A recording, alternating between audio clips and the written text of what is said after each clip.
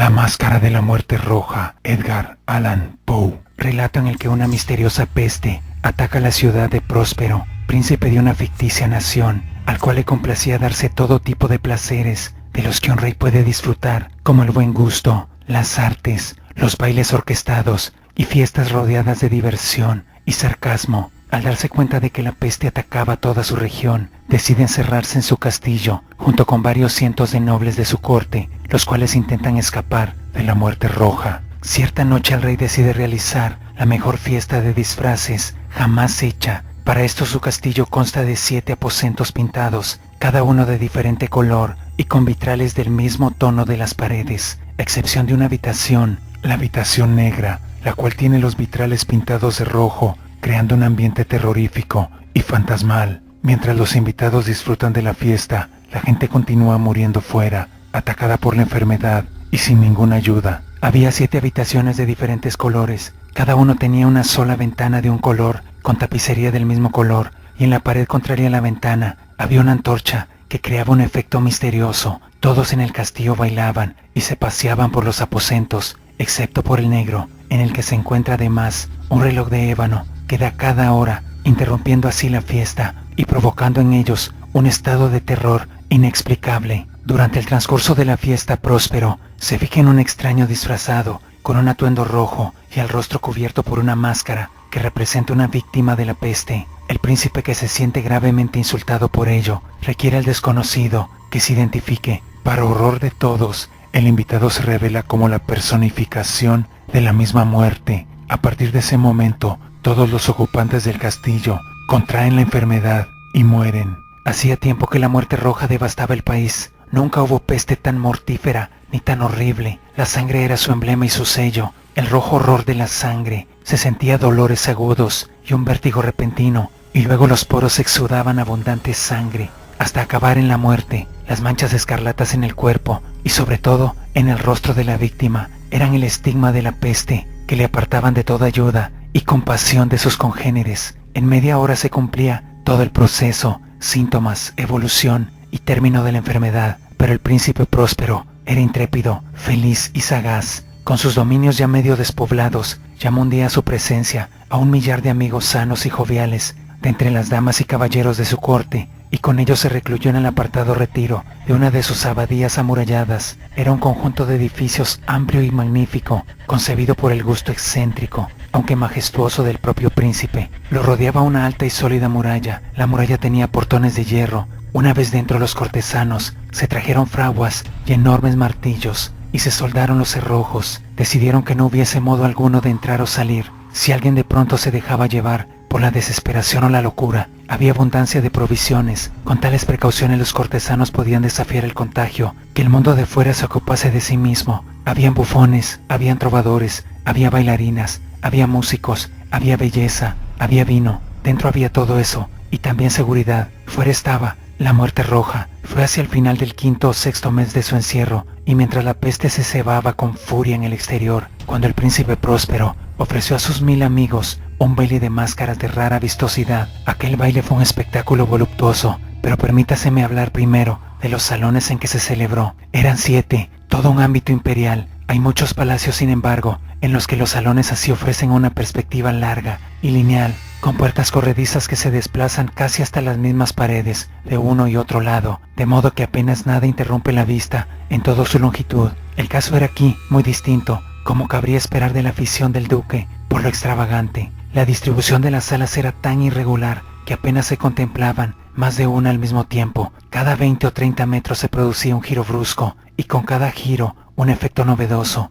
A derecha e izquierda, en medio de la pared, una ventana gótica, alta y estrecha, se asomaba un corredor cerrado que enmarcaba las sinuosidades del conjunto, con vidrieras cuyos colores variaban de acuerdo con los tonos dominantes en la decoración del salón al que se abrían. El del extremo oriental, por ejemplo, estaba decorado en azul, y las vidrieras en azul vivo. La ornamentación y los tapices del segundo eran de color púrpura, y purpúreos eran allí los cristales. El tercero era todo el verde, lo mismo que las ventanas. Los muebles y las iluminaciones del cuarto eran anaranjados, el 5º blanco, el 6º violeta. La 7ª estancia era un denso sudario de tapices de terciopelo negro que cubrían el techo y las paredes. y caían en pesados pliegues sobre una alfombra del mismo tinte y textura, pero solo en esta habitación el color de las ventanas difería del decorado. Las vidrieras eran aquí de un tono escarlata, un rojo oscuro de sangre. Ahora bien, en ninguna de las 7 cámaras había lámpara o candelabro alguno. Entre la abundancia de adornos dorados que había por todas partes o que colgaban de los techos,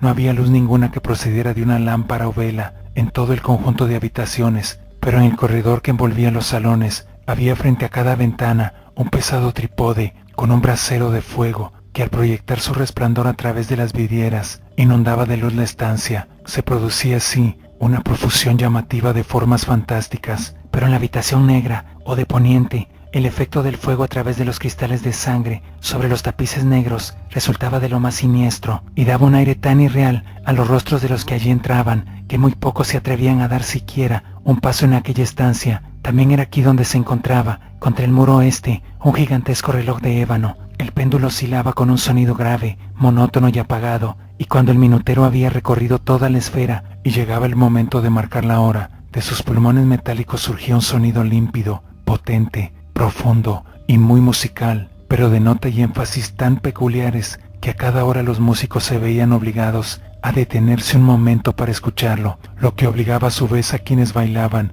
a interrumpir el vals, y se producía un breve desconcierto en la alegría de todos, y mientras sonaba el carrillón, se veía cómo los más frívolos palidecían y los más sosegados por los años se pasaban la mano por la frente, como perdidos en ensueños o en meditación, aunque cuando cesaban los últimos ecos, una risa leve se apoderaba a la vez de toda la concurrencia. Los músicos se miraban y sonreían, como burlándose de sus propios nervios y desconcierto, y se susurraban mutuas promesas de que las siguientes campanadas no les causarían ya la misma impresión. Pero luego, al cabo de 60 minutos, que son 3600 segundos de tiempo que vuela, de nuevo sonaba el carrillón y volvía a repetirse la misma meditación y el mismo desconcierto y nerviosismo de antes. Pero a pesar de todo, era una fiesta alegre y magnífica. Los gustos del duque eran peculiares. Tenía un buen ojo para los colores y los efectos. Desdeñaba las convenciones de la moda. Sus planes eran atrevidos y apasionados, y un viso de barbarie iluminaba sus proyectos. Algunos le habrían tenido por loco. Sus seguidores no lo creían así, pero era necesario oírle, verle y tocarle para estar seguro. Con ocasión de esta magna fiesta, había supervisado personalmente casi toda la decoración de los 7 salones, y había sido su propio gusto el que había inspirado los disfraces. No os quepa duda de que eran extravagantes. Abundaba la ostentación y el brillo, lo ilusorio y lo picante,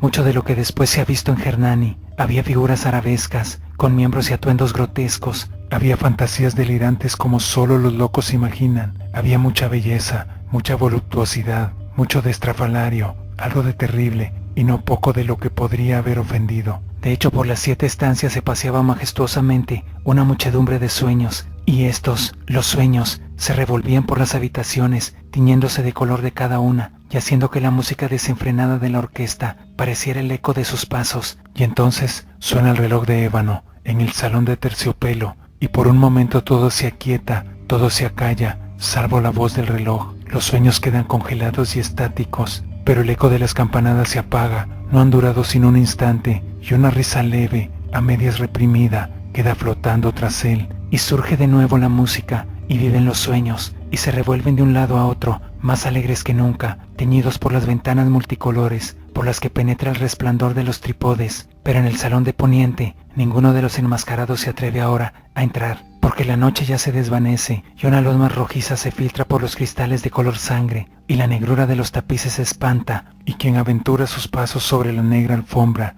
escucha un sordo tic-tac, más solemne y enfático que el que llega a oídos de quienes se entregan a la alegría en las salas más distantes. Pero las otras habitaciones estaban abarrotadas, y en ellas latía febrilmente el ansia de la vida. Prosiguió así el torbellino festivo, hasta que al cabo el reloj inició las campanadas de la medianoche, y cesó entonces la música, como ya he dicho, y los que bailaban interrumpieron el vals, y como en otras ocasiones, todo quedó desasosegadamente detenido. Pero ahora eran 12 las campanadas que tenían que sonar, y también ocurrió así, quizás que antes de que el último eco de la última campanada hubiera desaparecido en el silencio, muchos ya habían reparado en la presencia de una figura enmascarada que hasta entonces no había llamado la atención de nadie, y de boca se extendió el rumor de esta nueva presencia, y al poco se alzó en toda la compañía un susurro, un murmullo de desaprobación y sorpresa, luego por último de terror, de horror y de asco. En una congregación fantasmagórica como la que he pintado, bien se puede suponer que ningún atuendo ordinario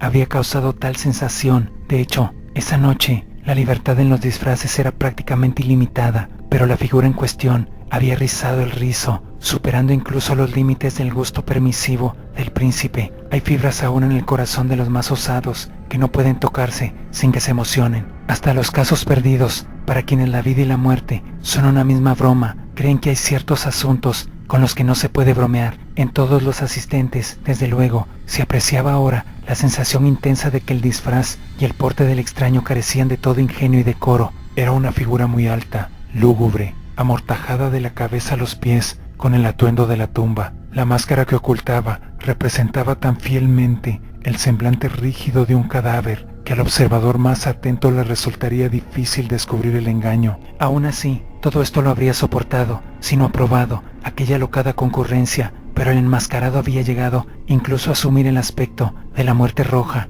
La sangre le salpicaba la vestimenta y su ancha frente y todas sus facciones aparecían moteadas por el horror escarlata. Cuando la mirada del príncipe Próspero se detuvo en este espectro que se paseaba lento y solemne, como para dar mayor empaque a su figura, se le notó una convulsión. En un primer momento, con un fuerte estremecimiento de horror y repugnancia, pero enseguida el rostro se le encendió de ira. ¿Quién se ha atrevido?, preguntó con voz ronca a los cortesanos que le acompañaban. ¿Quién se ha atrevido a insultarnos con esta burla blasfema? Cogedle y quitadle la máscara, y así sabremos a quién hay que colgar de una almena al amanecer. Cuando pronunció estas palabras, el príncipe Próspero se hallaba en el salón azul que daba al oriente, y su eco recorrió alto y claro las 7 estancias, porque el príncipe era un hombre robusto y osado, y un gesto suyo había callado ya la música. Era en el salón azul donde se hallaba el príncipe, en compañía de un grupo de pálidos cortesanos. Al principio, cuando habló, dieron estos un primer paso hacia el intruso,